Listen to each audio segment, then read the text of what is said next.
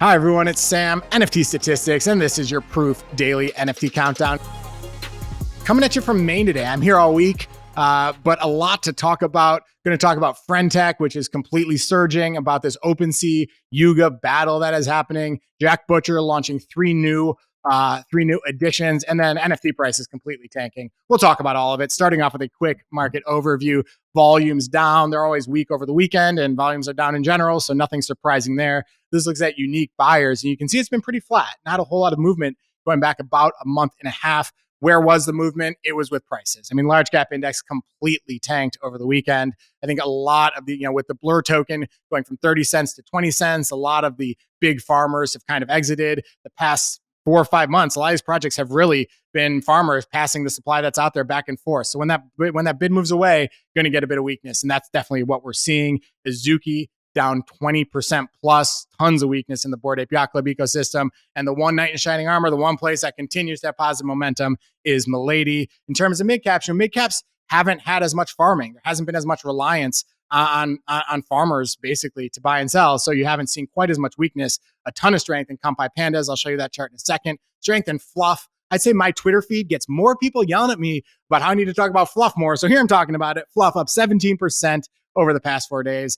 Nice to see that. In terms of Kampai Pandas, a lot of weakness on Friday after their Solana mint. And then after that completed, just now you had a strong rebound, price back to about 1.1 ETH. So nice to see that. And then in terms of people trading, now this is a chart I've shown you. How much money are bidders of NFTs, people who buy NFTs via bids on Blur, making or losing. You can see that group is down over 50,000 ETH over the past 6.5 months. You saw more weakness over the past weekend. And I think people are saying, if we're losing so much money farming, and if the token is going down in value, and we have no idea when the season is going to end, clearly a lot of those people are going to leave the market. And I think that's what we're starting to see. And I shouldn't say clearly, because this has been going on for a long time, but they've been sticking around. But it does feel like over this past weekend, we saw a bit of an exodus there. In terms of art projects, a handful of projects did more than 10 ETH of volume over the past 24 hours. There were a bunch of big sales over the past 3 days, though. Let's have a look at those. A Pipe Chromie Squiggle sold for 28 ETH. A Fidenza for 45 ETH. Very low price for Fidenza. The reason for that is this is a stolen asset. So the low end of Fidenzas has been kind of around 65 ETH, but a stolen one sold for 45. An Incomplete Control by Tyler Hobbs for 35 ETH. There was also one that sold for 33. And then an Elevated Deconstruction for 12.5 ETH. Again, Elevated Deconstruction is the most rare project in season 1 of Artblocks Curated, so it often tends to trade at a very nice price. Second thing to talk about, Yuga fights back on royalties, and I'm not going to go over everything with the OpenSea announcement about how they're moving royalties from 0.5% to 0%. I already talked about that on my show on Friday. Definitely go check that out for all the stats around that. But what did Yuga say? They basically said that they believe in creator royalties and in supporting creators. And in light of this announcement, they're going to now basically try to sunset any support for Seaport going forward. And they say that their goal is to have that done by February 2024. Why February 2024? Because OpenSea said that they're going to stop enforcing royalties on the project they currently enforce right now, like Heavy Metal, Vessels, Other Deed, the new Coda, that they're going to continue to support that until February 2024. So Yuga saying we're going to stop supporting Seaport by that time. Remember, Seaport is how many exchanges get their listings. It's not just OpenSea. Looks Rare uses it to get around some of the blocks. A lot of different exchanges, which are kind of the smaller exchanges, tend to use Seaport. So shutting off support for Seaport is basically shutting off support for a ton of different exchanges. The one exchange that really doesn't use it right now is Blur. So it will be interesting. I think it's very possible that a lot of new projects that want royalties enforced are going to just start using Blur exclusively. And that makes a lot of sense because Blur's, when it comes to existing projects, Blur has a strong track record for continuing to enforce them. We've seen it on Heavy Metal. We've seen it on Nakamigos. Blur and OpenSea have been enforcing, and OpenSea said they're going to stop. So it does leave a good business opportunity here for Blur to step in and enforce. We will see how that plays out over time. A couple of charts I did want to show you. A lot of people have been saying Yuga has 80% of OpenSea volume. So much bad data. Guys, just do a little bit of sniff test on the data you read, on the data you retweet. There's no way that 80% of OpenSea volume is Yuga. What this chart here looks at is percentage of OpenSea volume, which is Yuga, and it's actually been closer, at 15 to 20%. Most recent few days, it's been about 13%. Still a huge number, but clearly not 80%. But if you do look at which projects have paid the most in in marketplace fees to OpenSea over the lifetime of the exchange. Three of the top four are Yuga projects: Bored Ape Yacht Club, Mutant Ape Yacht Club, Other Deed. If you combine them all together, it's been well over $100 million in fees. So clearly, Yuga is a very important participant in the OpenSea ecosystem, and this means a whole lot. So very interesting to see what will happen over the next few weeks and certainly over the next 6 months. Third thing to talk about, Friendtech takes over. Friendtech here, what this chart looks at is the total number of wallets that have bought on Friendtech over the past 11 days, and the total number of wallets that have bought any ETH NFT over the past 11 days. And you can see that Friendtech is double as much as all ETH NFT exchanges put together, 80,000 new wallets, which have bought on Friendtech versus about 40,000 ETH NFT buyers. What is Friendtech? It's basically just a chat system where any person has their own room and people can buy shares in their room, go in and chat with that person, and the buyers can buy them and sell them. So the kind of subscription serves as an asset and you get access to those influencers. And the numbers have been pretty insane. If you look at the influencers who have rooms who are making the most money on the buying and selling of their share, because influencers, I believe, make about 5% of every transaction, you can see that the top players have made more than 10 ETH in just 11 days, with the number one person making 31 ETH, $55,000 in 11 days. Not a bad paycheck for having your own chat room. If you look at how much it costs to join these chat rooms, the top people here all are over 1.4 ETH. These are for the top 10.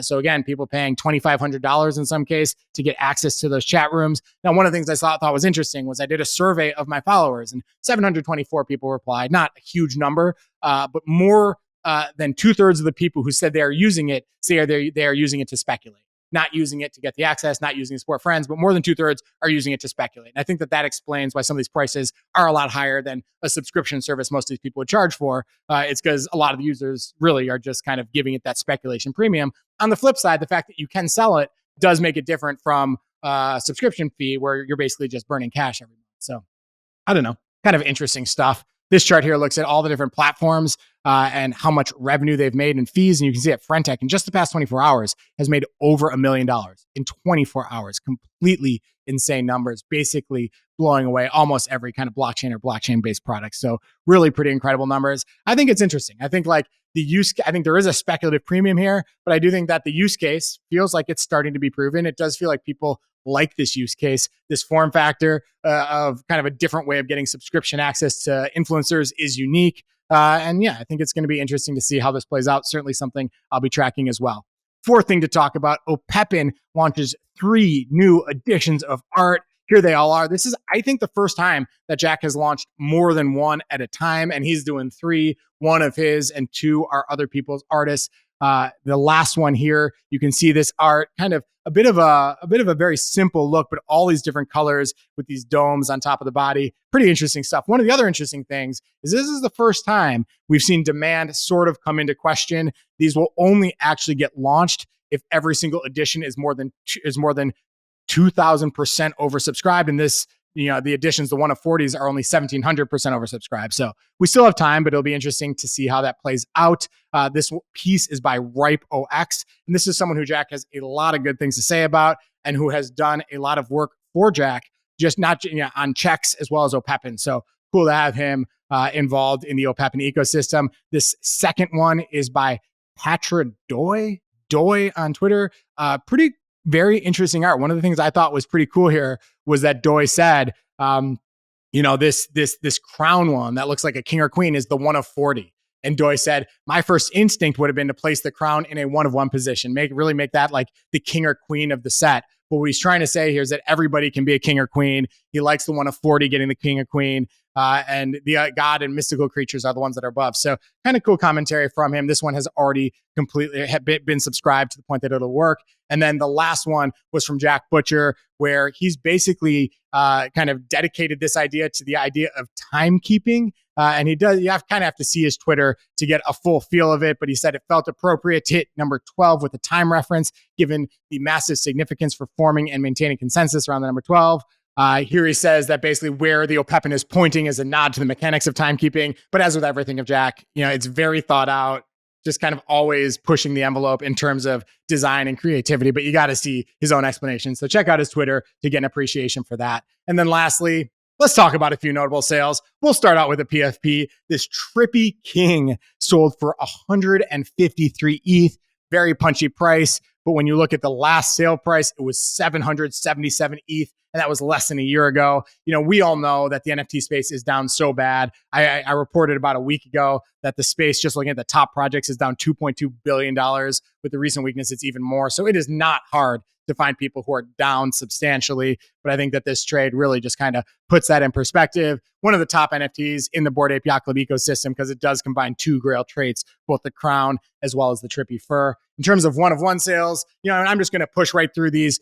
This one, Death by AlienQueen, sold for 12 ETH. One of the biggest sales over the weekend. The buyer was G-Blast, GBLSTS. So congrats to him. Congrats to AlienQueen. Obviously a premier artist, and very cool to see that sale. This piece called Superfan by OSF, buyer OXOORS, sold for 15.6 ETH. Now, what's awesome about this is OSF has just had this on the marketplace for 3 months. And no one bought it. No one started the auction. And then once it finally got triggered, a bunch of people lined up to bid, and they paid 15.6 ETH for this. So really cool piece. Again, as with everything of OSF, better when you see it in the GIF format, but congrats to him as well as the buyer. This piece, Clubbing with Multi-American Maniacs by Botto Project, 6.6 ETH. Certainly a premium to where a lot of the sales for Botto have been recently. Really kind of pretty cool piece here. And I think certainly some message exists within there. We all kind of take our own thing away from it, but 6.6 ETH is a nice sale for Botto Project. And then lastly, this piece called All Time Low